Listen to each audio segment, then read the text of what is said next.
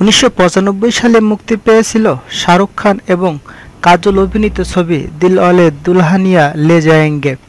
ভারতীয় চলচ্চিত্রের ইতিহাসে জায়গা করে নেওয়া ছবিটি আজও মুম্বাইয়ের মারাঠা মন্দির সিনেমা হলে চলছে, কিন্তু গত 22 বছরের সেই দৃশ্য হঠাৎ পাল্টে গেল গত মঙ্গলবার।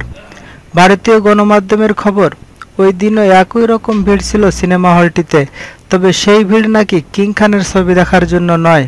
সেদিন মানুষ ভিড় করছিলেন শ্রদ্ধা কাপুরকে দেখতে। শ্রদ্ধা কাপুরের আপকামিং ছবি হাসিনা পারকার এর ট্রেলার লঞ্চের জন্য মারাঠা মন্দিরে জড়ো হয় মানুষ। ফলে এই দিন দিলওয়ালে দুলহানিয়া লে যায়েঙ্গে স্ক্রিনিং বাতিল করতে হয়। লঞ্চের অনুষ্ঠানে উপস্থিত ছিলেন শ্রদ্ধা কাপুর, সিদ্ধান্ত কাপুর, অঙ্কুর ভাটিয়া এবং পরিচালক অপূর্ব লোহিয়া। ছবিতে শ্রদ্ধাকে দেখা যাবে দাউদ ইব্রাহিমের বোন হাসিনা পারকারের চরিত্রে।